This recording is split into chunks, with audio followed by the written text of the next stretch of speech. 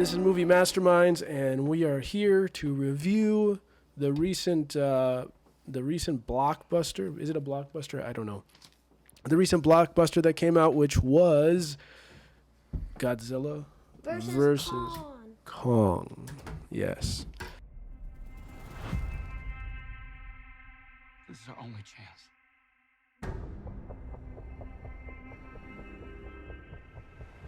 We have to take it.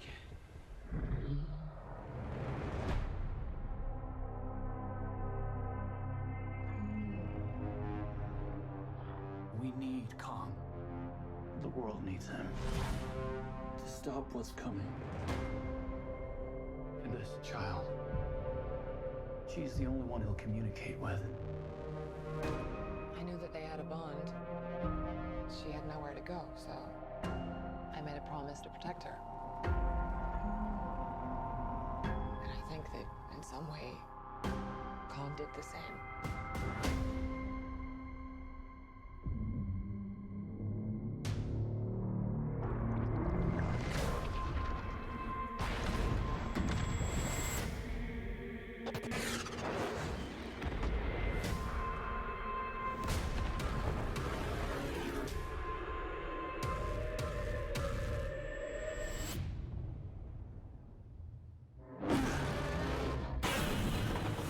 It's Godzilla.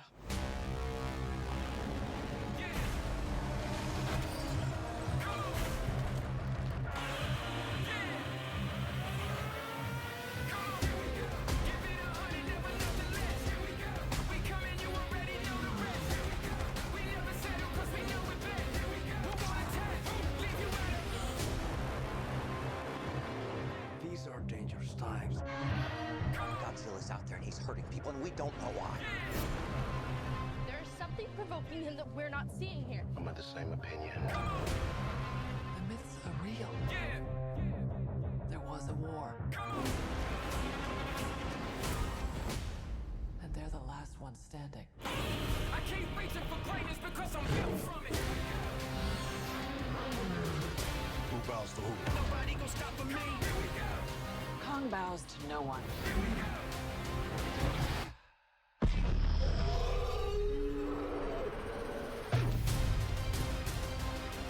All right. So Zion, I'm Patrick. I'm Zion. I'm Xavier. Yes. Make sure we're talking to our mics though too. So we're here and we're gonna tell you a little bit about this movie. I'm gonna take my headphones off for the time being. And we're gonna tell you a bit about Godzilla versus Kong. So Zion, start us out with the summary here. What does this movie tell us? Just the synopsis of it. So throughout this movie, there's obviously Godzilla and King Kong, who are sort of our main two focus characters. And there's this sort of third sort of standby character. Hold on, spoilers. Spoiler, yes. Just wait. We'll wait till later. But there's a third character we'll talk about later when we get to Yes. spoilers. But, so obviously it's Godzilla versus Kong, and this movie was just meant to kind of show what would happen if there was a showdown between them, because obviously in a world where monsters live, there can't be two apex predators. Okay. Good synopsis. All right. So Xavier, what do we have up next? Next is favorite part and why. All right, we're gonna start with our favorite parts right off the bat. Okay. Who wants to start? Anybody have I got to think about my favorite part. I'm not sure what my favorite part is right now. Let me put these back on. Well, let's take a pause and let's just check out the trailer again, just to remind ourselves about what we saw. I watched it again. I watched the ending. I missed the ending last night. I watched it again later. I'll talk about that later, perhaps. So, Godzilla versus Kong. Xavier, you wanted to say, I think let's start out with the parts of the movie. What was our favorite parts? Because we kind of understand, maybe like the movie's broken down. What are the pieces of the movie here? What are the different sections of this movie? Because I think that's a big thing to understand it, is that it doesn't seem like it's very, it's organized, but it just seems like there's different things happening through the whole part. So what are the parts of this movie, do you think? I'd say it's probably the first part is meeting Kong and understanding where Kong is, Okay. and understanding what Apex and what Godzilla has against Apex is. And then the next part is probably the first battle scene between Godzilla and Kong with Okay. the boats and everything. Then the third part is probably going into Hollow Earth. Okay. And then the fourth part is the second battle between Kong and Godzilla. Okay. And then the last part is probably We'll leave the spoiler yeah. out there for Yes. a bit. Okay. And I think there's that also that there's a lot of characters, right, Zion? Yeah, I think this movie is split up into sort of 3 different groups that are actually, it's like sort of between 2 and 3, because you have Kong, obviously, and they have their own little thing of going to Hollow Earth, and then you have sort of Godzilla, who's like more of a middle ground character, because he's both attacking Kong, and then he's also attacking Apex, who is the third sort of group who have their own little sort of thing that they're doing. And yeah. I think at first it was also hard to define who the bad character was. Yeah, they didn't do a really good job of establishing like who the antagonist was. I guess it took a while. I mean, you got a feeling for it. Like they gave you an inkling, like, oh, that guy's a bad guy, which is just kind of like broad paintbrush strokes for a characterization, I guess. But I think it felt like the bad guys were both Kong, Godzilla, and the third, like Apex, basically. But some like Kong and Godzilla did help a little bit. yeah. So they had these different character groups. They had the little girl, the the young mute girl who was with Kong, and the woman, and then the other scientist. And then they had the girl from Stranger Things and the security guard. What was Yeah, Bernie. Bernie, yeah. There was and Bernie, Maddie, and Josh. And Josh was the New Zealand boy, right? I think he was from New Zealand, I guess. Just his accent sounded like maybe New Zealand, Australia. I'm guessing New Zealand, but and they were running around investigating things. And then there was the Apex. Then they had like the Apex scientists. people, and they were Yeah. they're doing their own thing a little bit. They just showed them, I think it was like they're bad, they're evil, they're evil. Yeah, they're but evil. they did all intertwine towards the end. Like even in the Victoria. middle, when they went to see the people with Kong, or when Bernie and them were investigating, they got caught. Yeah. And I then think it was cool also how they were doing transitions, but it was kind of hard to tell where certain characters were. Mm-hmm. Yeah, and it was they just kind of like jumped they jumped from the center of the earth out to Hong Kong, like kind of like that. Yeah. And Zion made the comment, he's like, gravity doesn't work there. You can't do Yeah. that with gravity. When I think Kong jumped into a hole and then fell up to the through the Yeah. earth. But it was also confusing with like the 2 gravities in Hollow Earth, because it was like it just felt odd seeing it because it looked like the mountain was upside down, but then nope, it's really right side up, but you're upside down. Yeah. And I think just And- the movie in general, you kind of had to abandon everything you learned about just how the world works, and you had to go in there with basically no knowledge whatsoever and just watch it for what it was. Otherwise, you would be sitting there like just trying to wrap your head around something that would Yeah. never ever ever happen in real life. Yeah, and I think definitely like physics just don't apply in this kind of movie. Granted, we've watched other movies. There's a lot of movies out that don't really, science and physics don't matter at all. But this one, Was a for bit sure, out there. yeah, this one was just like, we'll talk about it a little bit maybe. But there was physics definitely don't apply here. It was just you really had to just suspend any belief any disbelief you had. You can't. You just say, okay, it's a movie. I'm just gonna. Size didn't matter. I'm gonna watch big monsters Yep. beat up each other and destroy things, and And- that's all I'm doing. I mean, if you did that, then it was an okay movie. Like, it was a fairly interesting movie. Yeah. We'll talk about that in a bit. I'll talk about the. Also, we should note that we did watch a bit of the King of the Monsters before leading up to this. So we did watch the previous movie. So we have a little comparison there between the two. I mean, I guess how would you compare the two of those movies, looking at them overall? I'd say that it's kind of hard to do it because there's different aspects to the two movies. Mm-hmm. Just because the plot was different, I think. Like with Godzilla versus Kong, it was more action, I'd say. Like they built up the plot a lot still, but it was a lot more action spread out. Whereas in the Godzilla King of the Monsters, it felt like it was just like there was one huge battle and everything else was just building up to that. Oh, well, we had watched that in the middle, kind of though, so you missed the beginning a little bit where it started. But I would say, yeah, they feel like very different movies when I watch them. I guess my thought when I watched it was kind of remembering. You guys never saw Pacific Rim, but you guys saw Pacific Rim 2. And that's what it reminded me of, was like Pacific Rim had a very real feel to it, and then Pacific Rim 2 started to feel very unreal. They just started going further and further out, I think.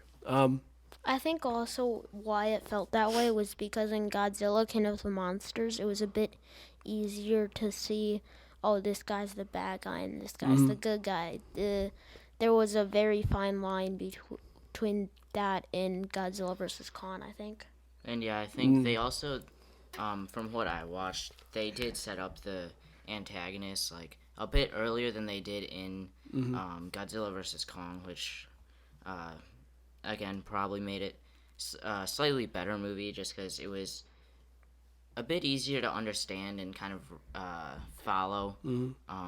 And especially since it wasn't constantly jumping between different aspects, like it wasn't jumping between different groups of people, it was a lot easier to follow the plot. Yeah.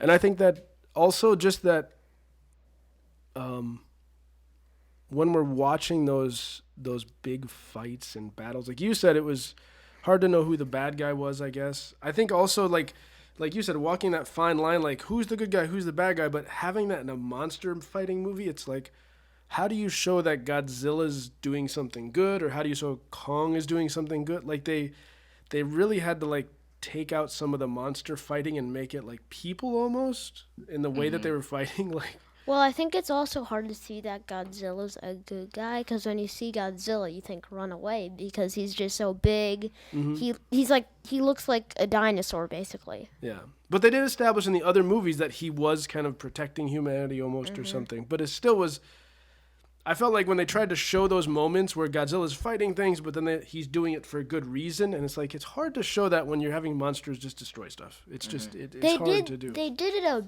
bit, kind of, in the beginning when Godzilla was first destroying the Apex building, because Bernie went up and he saw the bomb.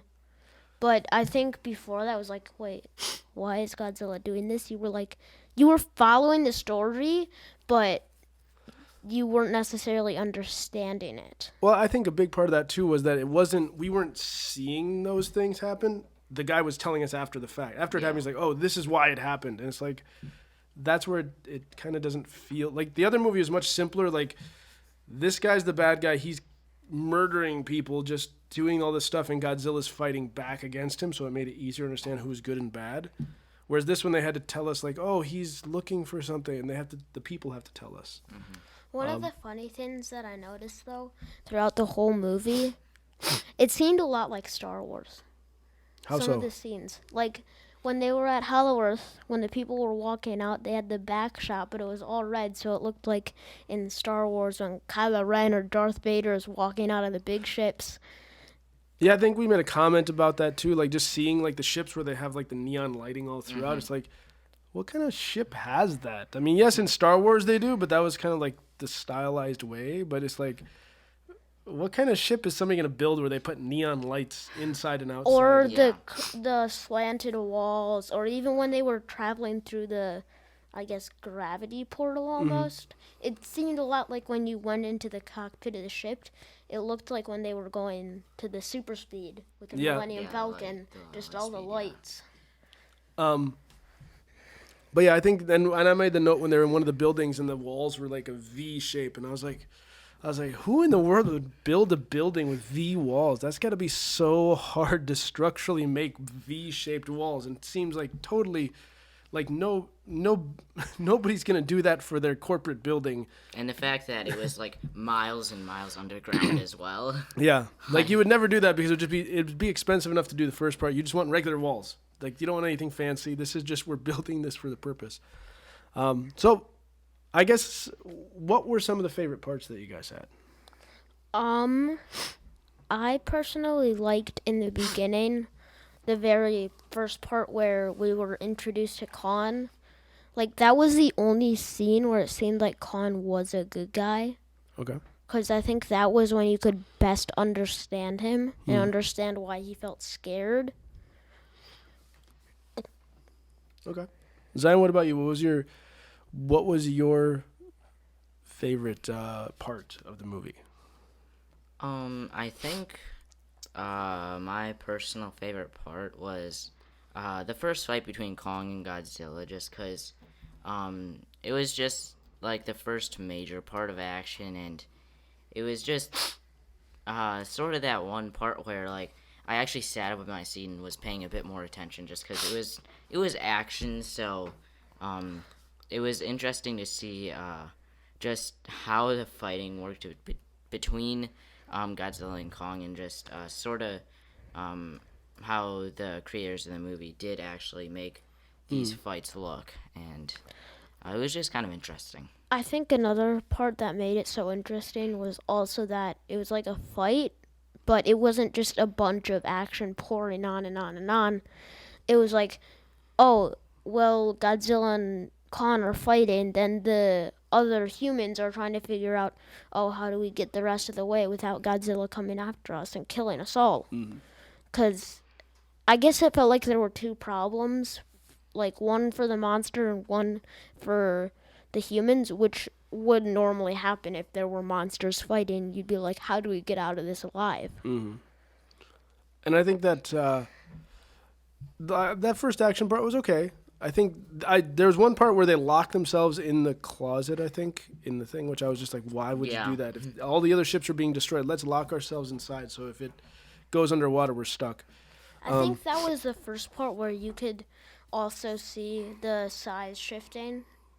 Yeah, and that was a big part of the movie that I was just so confused by. I mean, I knew about King Kong from other movies, but I know they had the Kong movie, which we can talk about in a minute, because I think we should watch the other Kong, because I started watching the Kong Skull Island, and I thought I would hate it, but I was actually surprised. I was like, yeah, this is better than the other ones, but I felt like there was a big difference in terms of size from scene to scene. I didn't think, for some reason, Godzilla seemed massive the first moment of the movie when they had him, and Kong seemed small. He just seemed like, compared to the little girl, he was not as big as Godzilla was compared to Hong Kong. And then when they had that scene, it was like Godzilla's tearing through battleships with his tail. And I know like those big tankers are those big like carrier tankers are bigger than a battleship probably, but I was still like, yeah, how is Khan fitting onto that tanker if he's that massive? Yeah. And especially just because you could see the size comparison between the tanker that was carrying Kong and then also the size of the battleships that were sort of transporting them along. And I also didn't think it made sense because I'm not sure if this happened in any of the movies, but the first thing I think of when I think of King Kong is him on the Empire State Building grabbing the plane. And I just thought, well, if he's that big, how does he climb the Empire State Building? Yeah, and it was like, I think there was just differences in size throughout. Like I felt in the first moment we saw Kong, he didn't seem that big. And maybe it was just because they put him with a little girl. I think what might have happened, because I'm just guessing, because now when they do all the special effects, it's actually not one studio doing it, but actually they send it out to like multiple studios. And I wonder if that affected it. Like this studio, they were rushing to get it done, and it was like they were doing the Kong scenes, but they didn't make him big enough. And then later another studio is doing the scenes in Hong Kong where they're fighting, and it's like they both have to be the same size. It's just I never understood the size, and maybe that's something they could have worked on, especially using that little girl to compare to him. He seems much smaller when you have a little girl like touching him or something, and he's like right there. Even if his face is there, it's just it seems much smaller, I guess. Like, Especially since he could fit into the entire shot, and you could still see the girl. Especially because his head, like you think about his head would lower down, and his head was about like 3 times the size of the girl, or 4 times the size. So that's like 20 feet, maybe. And if you think about a person's head, like if you go stack heads, like usually your head's about like 8 heads taller or short, right? So it's kind of imagining that and what we're used to for perspective. It's like, well, that would mean he's only like 20 times 8, so 160 feet tall, whereas Godzilla's like 23 stories tall, I feel like sometimes. He's just massive, where he's cutting through buildings and just like destroying things. And I don't know. like even with the second battle between Kong and Godzilla, after he came through the hole, he was like tearing through skyscrapers and using them as weapons. Mm-hmm.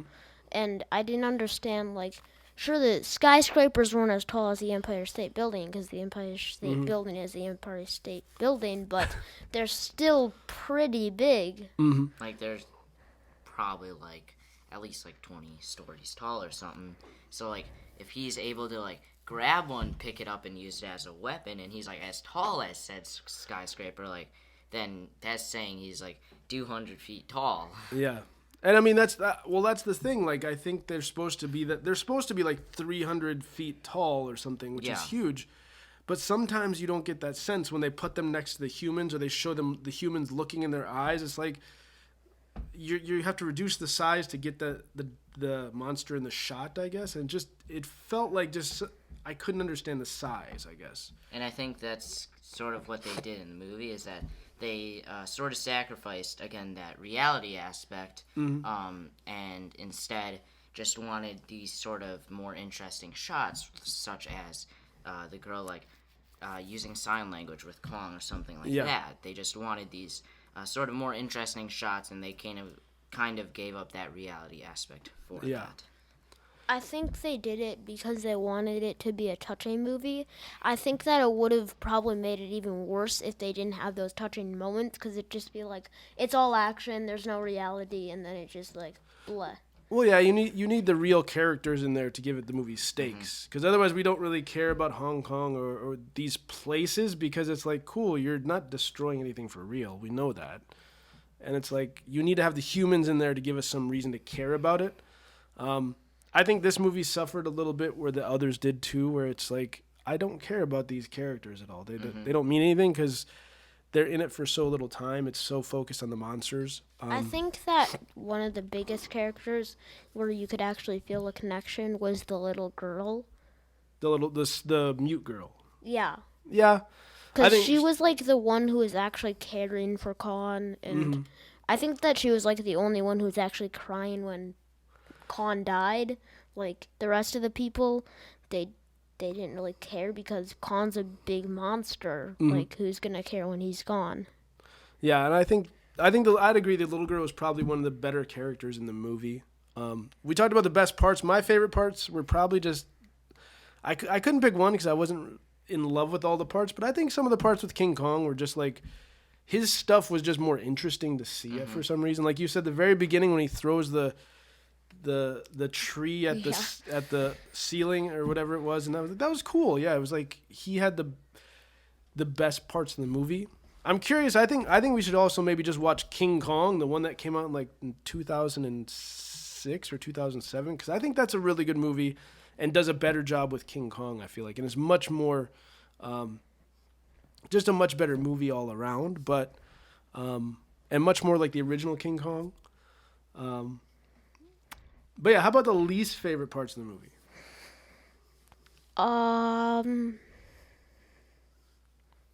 My least favorite part was probably when they were in Hollow Earth. Like, it just kind of, it was a twist, but it was hard to believe it. Yeah. Because we knew that Apex was the bad guy, but we didn't realize how far they'd go. And then when they said, oh yeah, this is just ours now, it's like, oh, so they really are the bad guy. But also it's like, oh, but are they really? Because we thought Godzilla was the bad guy, but then we learned he's not. We thought that Kong was the bad guy, but nope, he's not.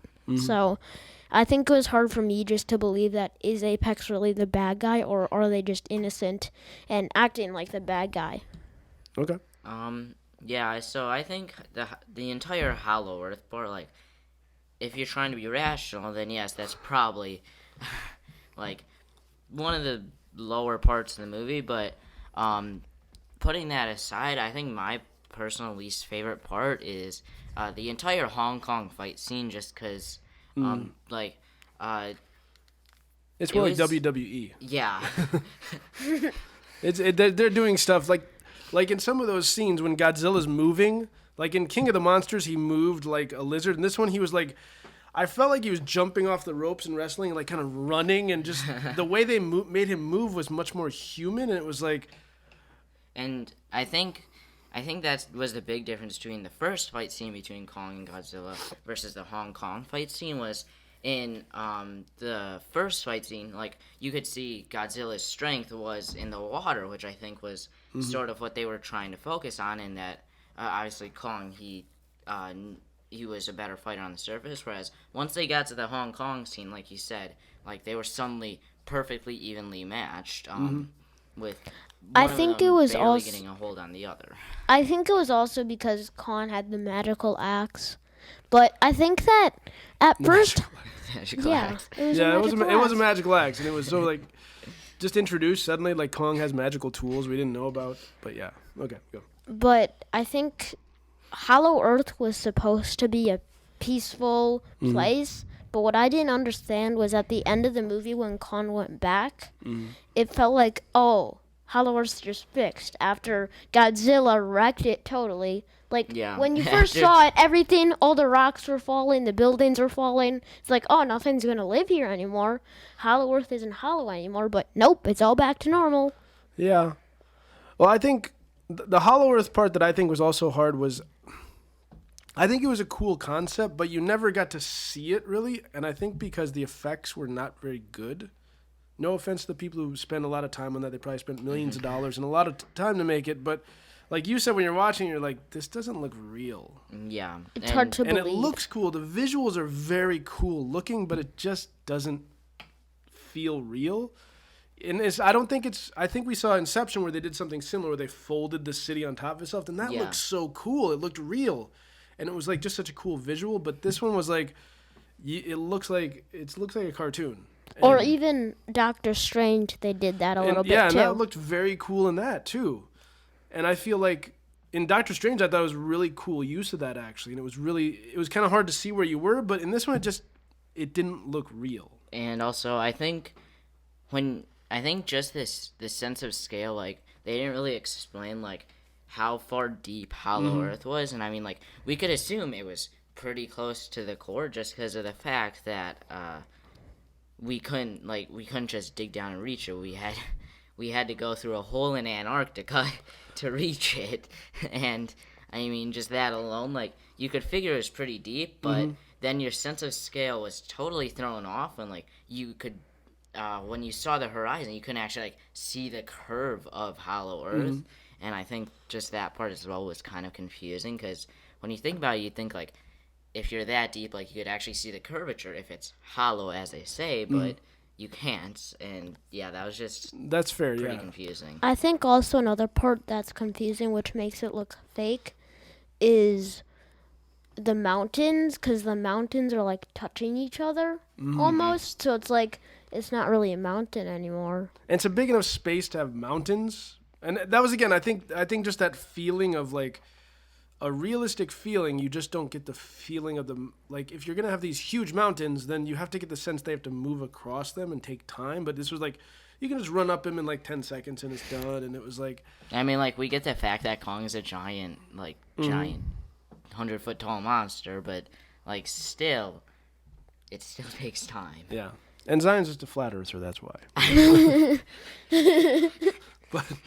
And another part, I think, where it kind of showed that is when Khan went up to the cliff and then he like jumped into the rocks and he didn't Yeah. like fall or anything. So it's like, Well, that was supposed to be flipping over to the other side because it's that's where the gravity flips and he could go up to the other side and then jump. And it was like, It but did again, look- But you'd think you it was would there. It fall would be like a faster. sphere. yeah. Yeah, and you'd fall faster. And it just- right?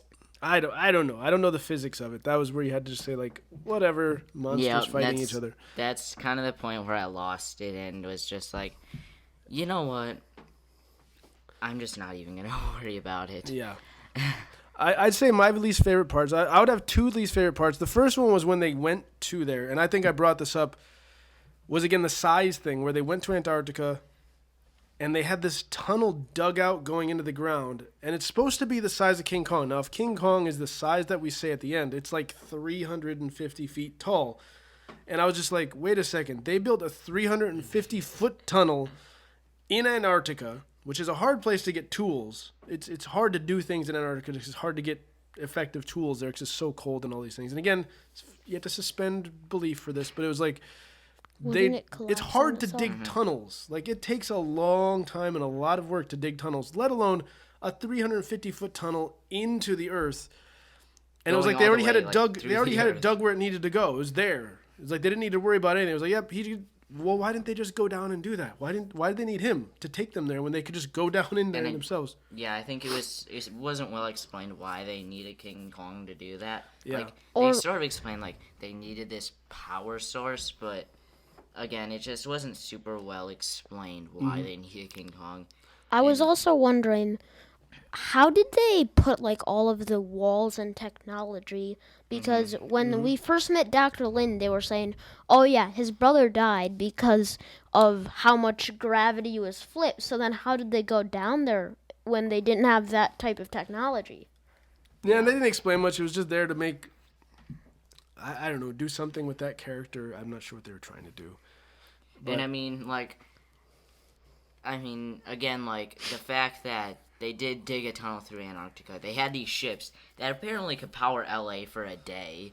Yeah. Inside these small ships, and they had all this crazy stuff. You just kind of had to abandon everything everything you know, and you just kind of had You to just can't. watch You it. can't think with logic at all with these movies. We Yeah. said it. We said in the King of the Monsters when we were watching that too. I think I made the comment like this is a movie that, no offense to the people who wrote it, but it feels like it was written by an 8-year-old playing with his toys more than it was written by, because it's like and then like weird.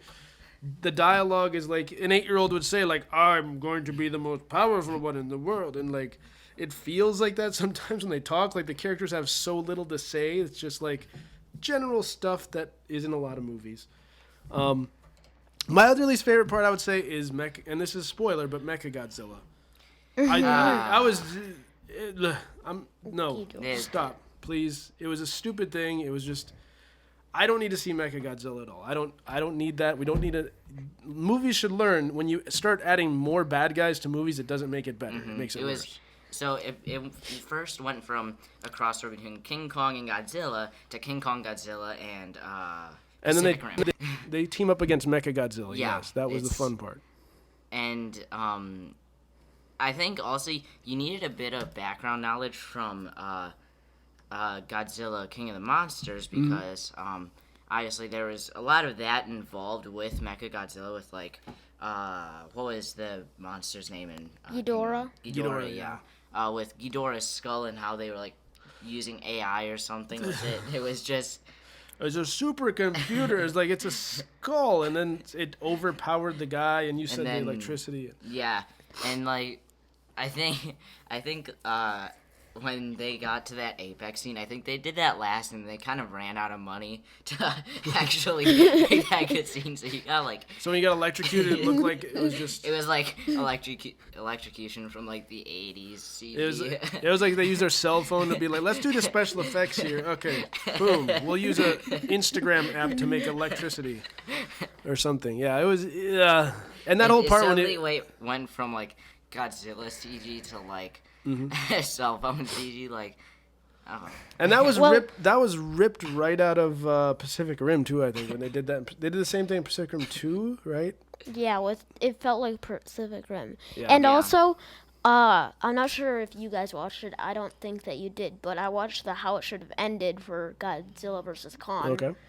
And it was kind of funny because it showed some plot holes too, and it also A lot. I also A lot. watched it. There's- Yeah, I also watched it for Godzilla King of the Monsters, and it was kind of funny because it was like, well, you don't necessarily need to have all these people die. Can't you just do this or this? Which was a And lot yeah. more in Godzilla King of the Monsters. My Then, favorite, yeah. because it was like, well, because they were powering Godzilla with the nukes. It's like, well, can't you just go get another sub? And again, like in this, like they saw Godzilla was fighting Mechagodzilla, and why couldn't they just chuck nukes at him again? Like, what's so different between the King of the Monsters movie and this one that you can't just toss a couple of nukes at Well, I think Godzilla? another funny part was that in how it should have ended, he said he kind of made fun of the robots, and it was more like Kong versus Godzilla, and they were both robots, which was funny. And you should go check out how it should have ended because he makes some really funny videos. There you go. You guys are getting a plug from us. Yes. I thought too, like in King of the Monsters, we found out that Godzilla could be super powered by Nukes. the other monster's power, basically. Yeah. And when we saw that, I was like, just thinking about that, and then I think you have to separate those two movies because then it's like Kong can't Do that. win. Like, there's no way because whatever he does, Godzilla can just go OP, I guess. Yeah, and like you tossed a few nukes at Godzilla, and he's suddenly like, Yeah, I didn't understand that in the ocean battle too when they shot the nukes at him, and it's like, no, that's making him more powerful. Yeah. Did you learn anything from King of the Monsters? And I felt like in the beginning they were shooting him with missiles and stuff, and then at the end when Mechagodzilla fought him, they did the same thing again. Or the but it was suddenly Mechagodzilla, but way it more. it affected it him. affected him so oh my much god! more. And it was like, It's like Mechagodzilla had this mounted missile cannon or something, and like he shoots that, and suddenly like Godzilla gets knocked over. yeah. He felt like War Machine Godzilla. Yeah, it's like I was not a fan of Mechagodzilla. yeah, it was just.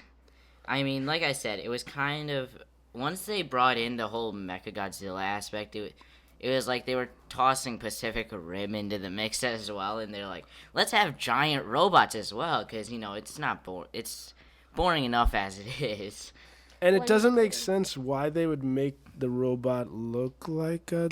Godzilla, yeah, like why don't they, like if they have such a big robot, why not make it a million times taller than Godzilla? Like why don't they make it like something we actually have experience with, like a tank or something? Yeah, something more maneuverable where you don't need to worry about it walking or Yeah. Even A just million other make it like things. a human, because if Yeah. you're going to control it, you should do it with something you know how to control, like yourself. That'd be easier than Yeah. having these almost like Joy-Cons, like, oh, I'm a little kid playing a video game, but really Yeah. I'm controlling a giant Godzilla robot.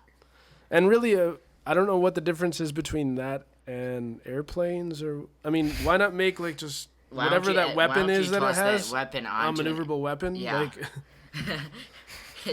You can or just strap invest it- in a bunch of rail guns, maybe. Yeah, you can strap it to the head of this 500-foot tall mecha monster, but you can't toss it onto an airplane. Like, Yeah.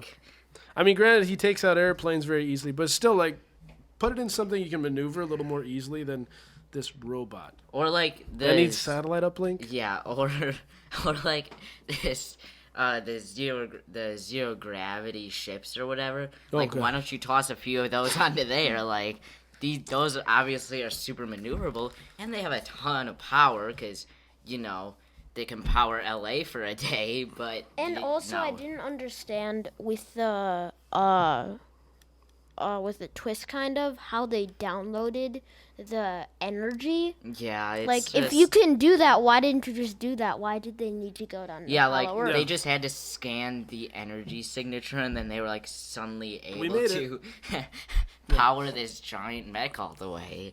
Yeah, there was a bunch of stuff like that where they, I don't know, but I guess thinking about all that, I think one of the big parts that I had too was that they were trying to,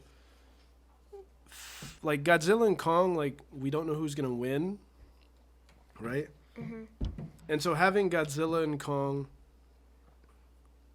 I don't know. It just felt like they didn't want either one to lose. So that was like the whole movie was devoted to like have them fight, but not enough where somebody loses, which kind of defeats the purpose. And yeah, like the entire movie was supposed to be Godzilla versus Kong. Like one of them would win, but then it was like Mecha they had Godzilla. 2 fights and then it was done. Like Yeah. they didn't even not a single one defeated the other. They were like, okay, Kong's like.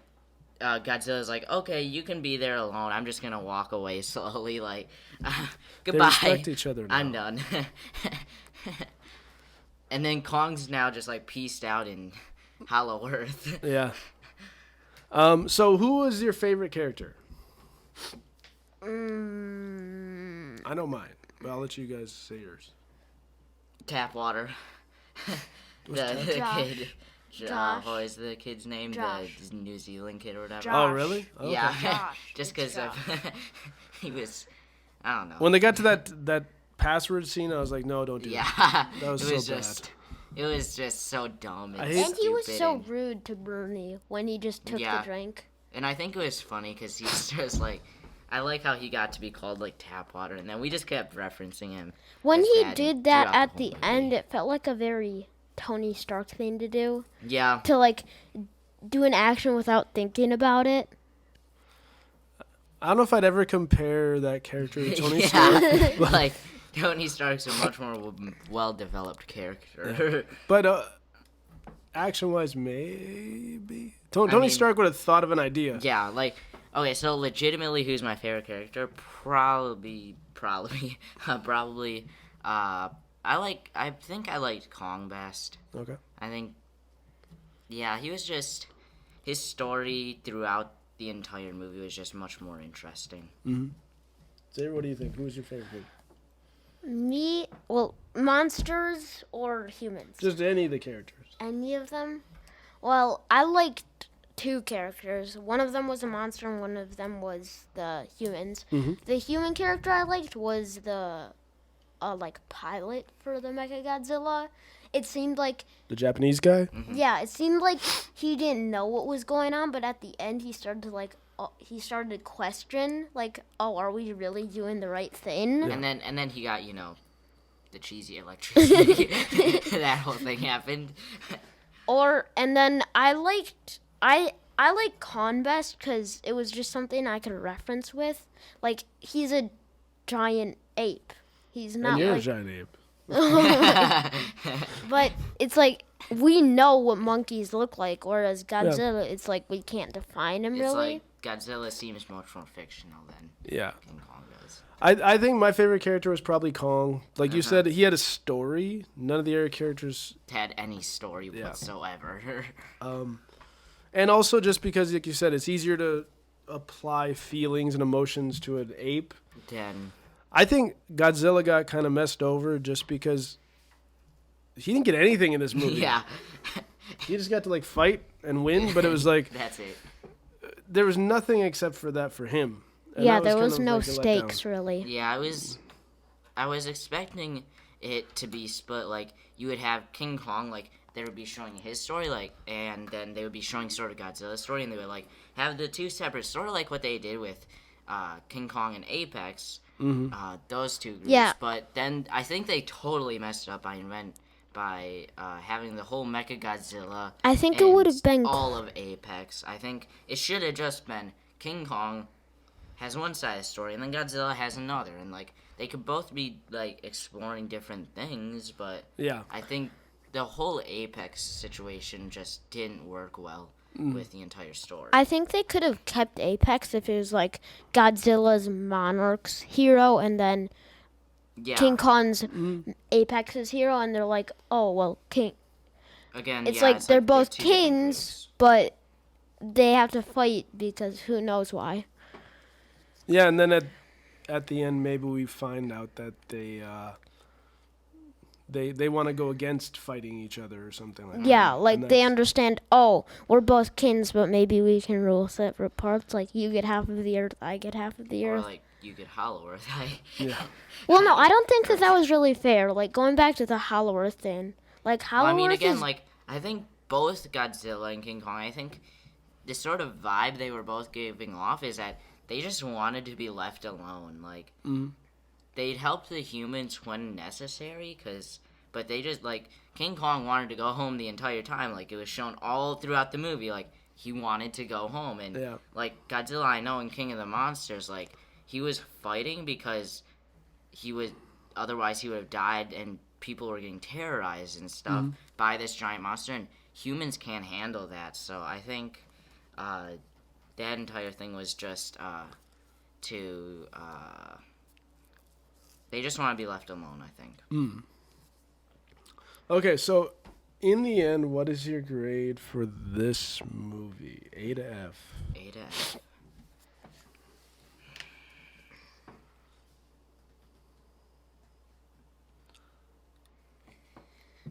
I have mine.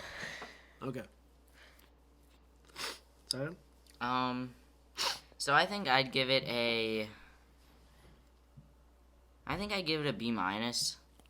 I think it was good in some parts, and as long as you totally abandoned everything you understand and know about the universe and how physics work, I think in general it was an okay movie, especially with, like I said, I enjoyed having Kong there. It was just, he actually had a story, so it was somewhat interesting.